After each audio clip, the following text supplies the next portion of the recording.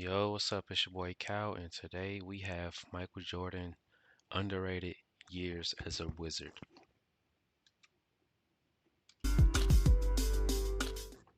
The words Michael Jordan and underrated may seem like ludicrous to have in the same sentence. Yeah, After look all, at he is him. one of the biggest icons in sports history and is recognized by most as the NBA's greatest player of all time. But when it comes to MJ's days with the Wizards, Ooh, in there and is no out. question in my mind that those years are vastly underrated, and I believe by Mm, the end of this video, you'll be convinced of it too. When we take a look at Michael Jordan's career as a Chicago Bull, you'll see a resume of winning, excellence, and dominance. He was clearly the best player in the league just ooh. about every year he played, and he was the best player on both sides of the ball, just about every time he set foot on the court. This is the Mm, ridiculously high standards that Michael had set for himself and that we as the fans had become accustomed to seeing from him. mm-hmm. The Michael Jordan we knew in Chicago was always winning either MVPs, championships, or scoring titles. And this is exactly why so many people either underrate or have forgotten completely just how remarkable Jordan's stint was Yeah, as a let's talk. Washington Wizard. Yeah, talk about him on the So, what Wizards. exactly are all the different reasons why people choose to overlook these seasons?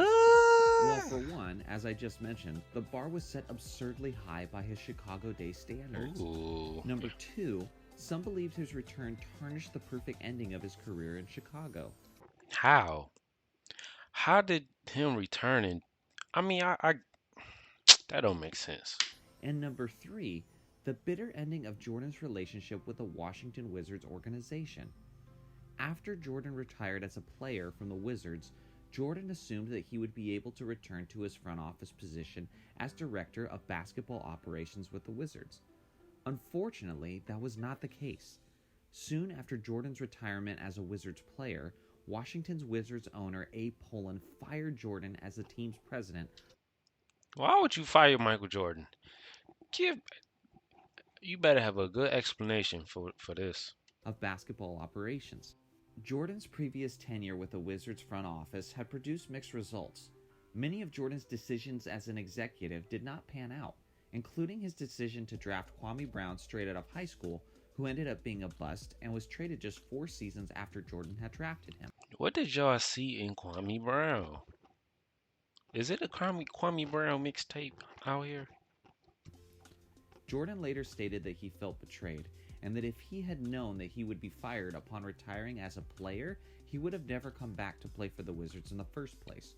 Regardless, Mm. Jordan had returned to play 2 years for So this was like a business move for Mike. Mike come play for the Wizards. He get parts of the team or something, or he worked for the team. He get a job. He get some type of connection. I ain't mad at that. So they did him dirty basically. the Wizards. And despite the fact that those 2 seasons failed to live up to his glory days in Chicago, and despite the fact Ooh. that those 2 seasons ended in a bitter firing, those seasons were still utterly remarkable. And in my opinion, they are two of the most underrated seasons in NBA history. So at this point, sit back and enjoy as I break down the astonishing details about Jordan's underrated years with the Wizards. When Jordan had retired from the Bulls at the end of the 1998 NBA season, Jordan claimed he was 99.9% sure he would never play in the NBA again. Was it because of the team and stuff? As we all know, that 0.1% chance prevailed, and Jordan Mm. returned to the game Ooh. he loved. Is that D Wade? 0.1% chance prevailed, and Oh Jordan no, it returned to ain't. the game he loved. Oh, he Jordan's cooked him. passion for the game was seen immediately upon his Ugh. return, as he announced that all of his earnings from these upcoming seasons with Washington he would be donating to disaster relief funds for the 9/11 attacks in New York. After being completely apart from competitive basketball for 3 full seasons, Jordan was returning as a 38-year-old who was trying to get back into basketball shape. Wow.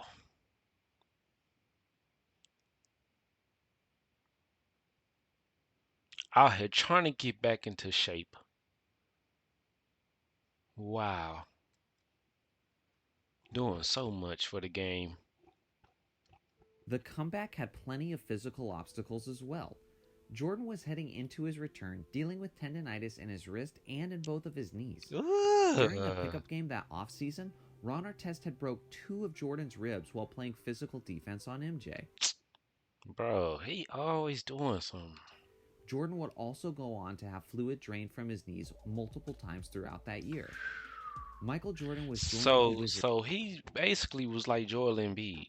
Cause Joel Embiid, he ain't got no knees, pause, and his arms and elbows, he had surgery everywhere. He's basically like a skeleton at this point.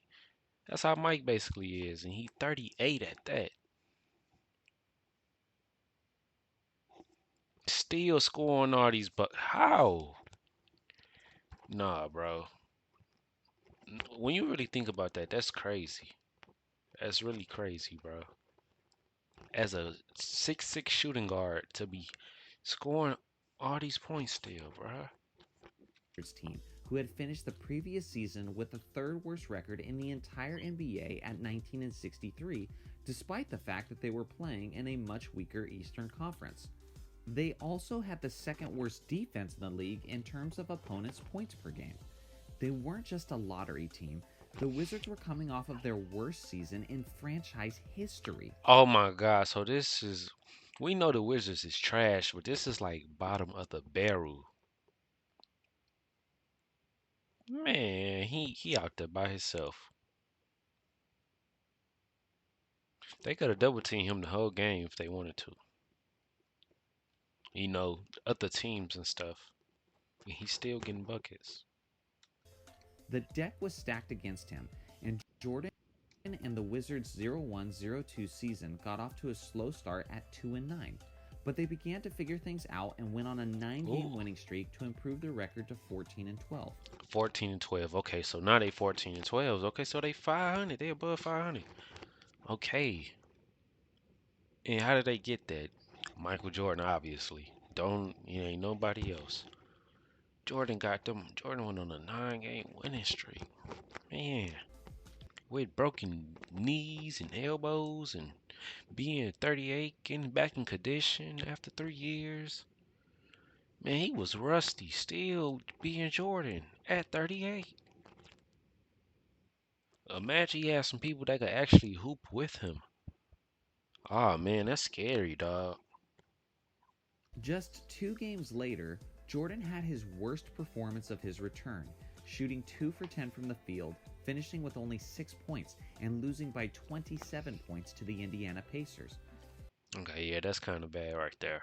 Jordan was ice cold that entire game, and due to that, Michaels coach Doug Collins played Jordan in a reduced role, finishing the performance with only 25 minutes played. Jordan's 6-point game meant that his all-time great streak of 866 games with at least 10 points had come to an end. I know, bro. This poor performance and reduced minutes led Jordan to question his coach's faith in his abilities. You know, that bus is lonely as a coach when you're sitting there after you've got your Yeah, think about that, coach. I really want you to sit there and just think about what you did. My boy had a record and you broke it. head handed to you. So I was sitting on the bus, and actually Michael had hired me. He was the part owner and president GM, hired me to be the coach, and then he came back to play. I'll never forget this moment ever as a coach. That this to me was greatness. He got on the bus and he said, "Scoot over." And he looked at me and he said, "Do you think I can still play?" And I said, "Absolutely. That's why I'm here, to be here to help you." He said, "You know, to be my coach, you have to believe in me and believe I can still play." And I said, "Michael, I believe in you." We play the New Jersey Nets the next night. And Michael scores the first 3 times he has the ball. Byron Scott takes a timeout. And Michael comes over and he says, "I want the ball right there the rest of the game, and don't take me out till I tell you." And so that's fine by me. So with 2 minutes to go in the game, he gives me the sign like, "That's enough." I take him out of the game. He walks over to the bench. I said, "Michael, what happened tonight?" He said, "Well, the guy who was guarding me was told me his back was hurting. Don't ever tell me you got a problem." He said, I'll make you pay for that." 51 points later. 51 points at age 41. He came Whoa. back the next game with 46. And he What? looked at me and he said, "I told you I could still play." He sure can. What? 51? 46? At 38 years old? 40 years old, however old. Oh nah.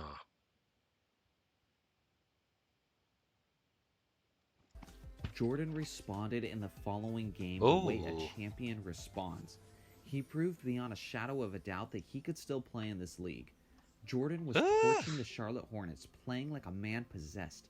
He scored 51 Look how he points on moving. He 55% bouncy. shooting, Ugh. adding 7 rebounds, 4 assists, and 3 steals. Jordan continued his dominance into the following game, scoring an efficient Hey. 45 Hey. points, 10 Ooh. rebounds, and 7 assists on an extremely talented New Jersey Nets team Oh my that went on to God. the NBA Finals that season. Man, he moving so fast. With these remarkable performances, Jordan became the only player in NBA history to score 50 points in a game in 3 different decades. No other player in NBA history has even done 40 points in a game in 3 different decades. Less than a month later, he had another back-to-back 40-point games, including a game-winning buzzer beater over the Cleveland Cavaliers. The Wizards started the season with a 26-21 record, 36 and 21. and on the 47th game, Jordan collided with a teammate and tore his meniscus. Oof. He tried to play through the pain and on reduced minutes, but after another 14 games, he had arthroscopic knee surgery to repair the knee, and his season was over.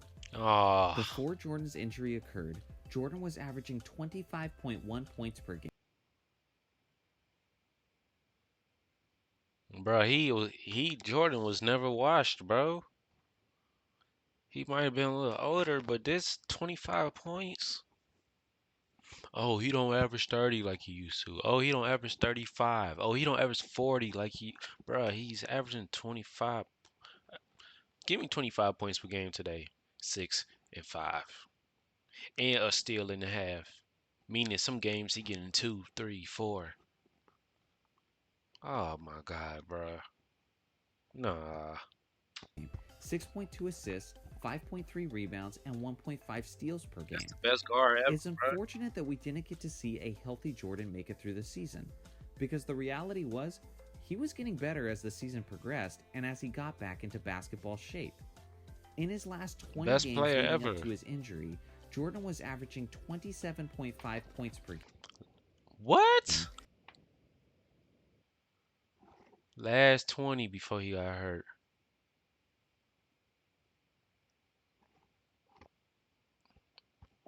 6.4 assists, 5.2 rebounds, and 1.3 steals per game on 44% shooting. In his last 10 games leading up to the injury, Jordan was averaging 20. What? 30. Man, bro, man.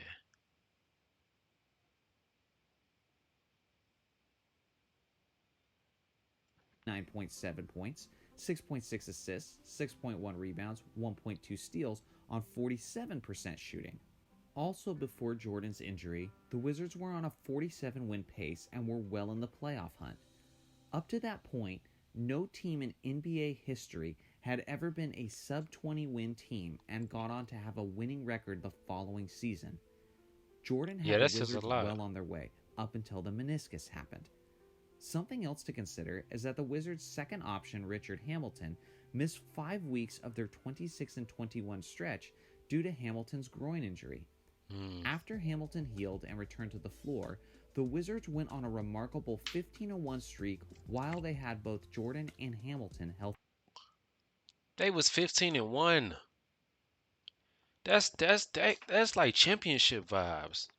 I ain't gonna lie. 15 and 1. You know who else went? The Spurs just went 15 and 1 with Wembanyama. The Pistons had a 15 and 1 run or 16 and I forgot how many we won. That's a good team, and that says a lot about Mike. He was really him still. He never fell off. Just got older, bruh. Yeah, y'all can't compare LeBron to this dude, bro. I'm sorry. On the floor. When you add all of this up, you begin to realize that not only did Jordan take one of the worst Oof. teams in the league and make them competitive, But had it not been for his knee injury, the Wizards would have had a legitimate shot at the first seed in the Eastern Conference. Hmm. Not only was MJ getting better offensively as the season went on, but his defensive impact was getting better as well. Remember how the 2001 Wizards had the second worst defense in the league in terms of opponents' points per game? Jordan was the Wizards' only significant addition to their 2002 season, and at the time the knee injury had occurred, he had improved the Wizards to the sixth best defense in opponents' points per game, allowing only 92.2 points. So they jumped ahead 22 spots when Jordan became a Wizard. They jumped ahead 22 spots in the NBA on defense. So he was a great defender, bro. He was a great defender. Nobody could ever tell me Jordan didn't have no defense. Jordan couldn't play defense, bro. That's a lie. That's a lie. In Jordan's last 35 games leading up to the injury, the Wizards were allowing only 90 points per game, on pace to have them ranked third overall defensively in the entire NBA. In the 15-1 stretch that Jordan and Hamilton were both actually healthy and on the floor together, the Wizards were allowing just 86.3 points Mm. per game, which was by far the best defense in the entire league. The Miami Heat finished as the number one defense that season, allowing a higher 88.7 points per game. If Jordan and Hamilton had been able to remain healthy for the duration of the 2002 season, they may have finished with the best defense in the entire NBA. That mean people wasn't scoring no more than 21 points a quarter, bro. 22, you know? Mm. Again, with Jordan being the only major addition, the Wizards went from the second worst defense in the league to one of the best the Oof. NBA had to offer. That's the effect a 38-year-old Michael Jordan had on a lottery team. After Jordan's knee injury and eventually the termination of his season, the Wizards absolutely imploded, winning only 11 of their next 35 games. After Jordan's injury, the Wizards allowed an average of 96.8 points per game, which would rank them in the bottom half of the league at 19th. With Jordan being the only significant addition to the Wizards roster between the 01-02 season, the Wizards roster improved to get off 16 wins. Outside of Jordan, the 2002 Wizards' only additions were Man, 5 bench. Michael Jordan just be shooting right in people's grill, bro. Like, he don't care how you playing him. Outside of Jordan, the 2002 Wizards' only additions were 5 bench players, who each played few minutes. Tyronn Lue played 20 minutes per game. Rookie Kwame Brown played 14. Rookie Brendan Haywood played 13. Rookie Eton Thomas played 13. This is just this squad sounds so trash. And rookie Bobby Simmons played 11. Oh my god. Again, the addition Ew. of Jordan was the only significant addition, and the team was transformed defensively and won almost twice as many games as the year before. All due to one man. If people be like LeBron make his team better. Nah, are you sure? It looks like Michael Jordan make his team better. Cause the Wizards was some poop till he started playing for him. Jordan was still dealing with injuries heading into the following season, and because of this, Jordan started the first 15 games of the 2002-2003 season coming off of the bench. In his second season, I didn't know that. He came off the bench. the 2002-2003 season coming off of the bench.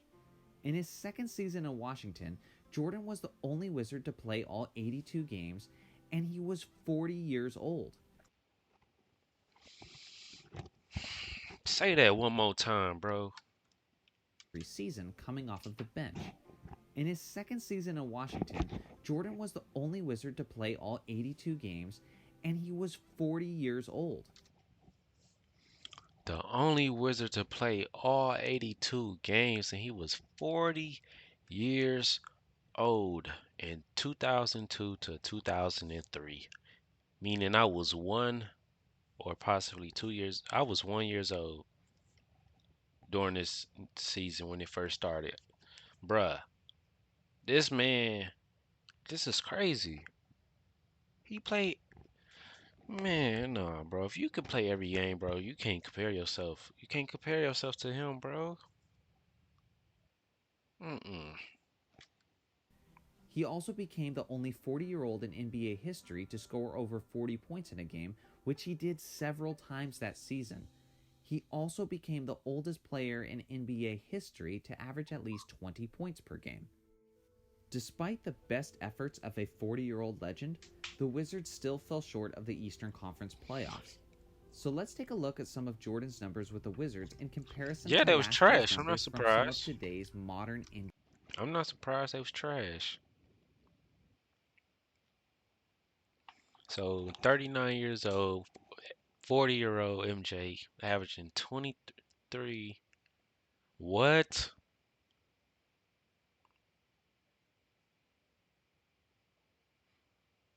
And this is Jordan with dust and dirt on him.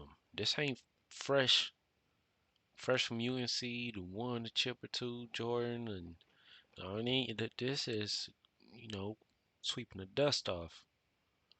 You know, playing with whatever's left in the tank right here. So you telling me this is all he got left in the tank? And he's averaging the same thing a prime DeMar DeRozan is average.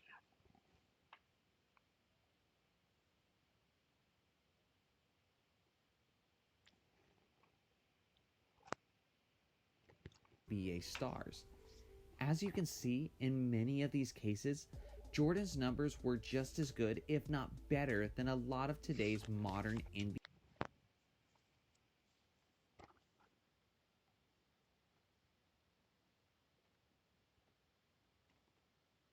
So he was a threat.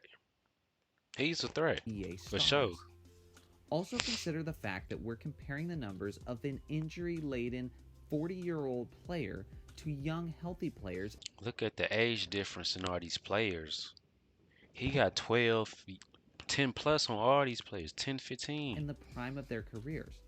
When you look at it that way, you begin to realize just how impressive Jordan's Yeah, because 16 mellow. Wizards seasons actually were. Now let's take a moment to compare Jordan's seasons to other legends when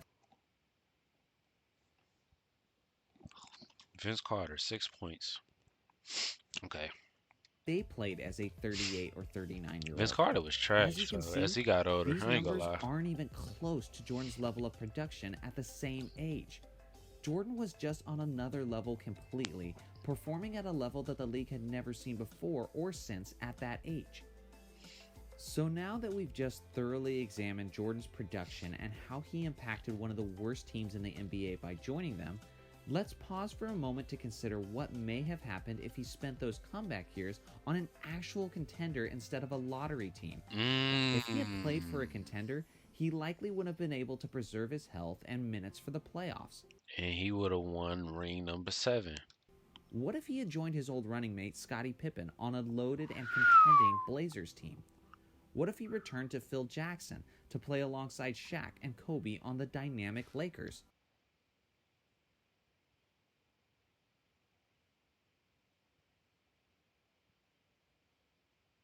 Oh my God. Bro, if Jordan just said skip that and join this team, ooh, that just changed history right there. Mm. Ooh. Ooh, wee. Are we potentially looking at an even greater 8-0 finals record for Michael Jordan? Mm-hmm. I know many Getting them 2 years back that he missed out on. Ooh, yeah.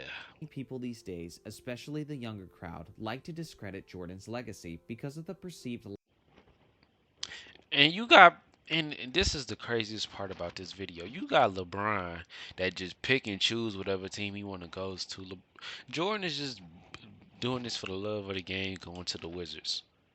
Yes, he's better than LeBron. He will always be better than LeBron.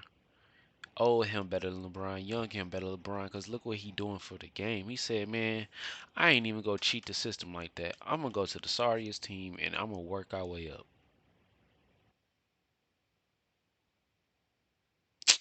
Man, lack of athletic competition Jordan had during the 1980s and 90s relative to today's basketball. But before you jump on that bandwagon, I want you to consider this. In the early 2000s, Jordan was, in terms of impact and statistically, one of the best players in the NBA as a 38 to 40-year-old, and he did all of that production while being way past his prime athletically, dealing with numerous injuries, all while being guarded by greats like Kobe Bryant, Vince Carter, and Tracy McGrady night in and night out, who were all in their early 20s. Does that sound like athletic competition to you? Does that sound like a prime Jordan would have been the best regardless of the era you place him in? That is Yes. Yes. Thank you. certainly what it sounds like to me. Mm-hmm. Don't matter. Thank you, bro. W video, bro. Man, shout out to you, bro. W video. It's your boy Cal. I'll catch y'all in the next one.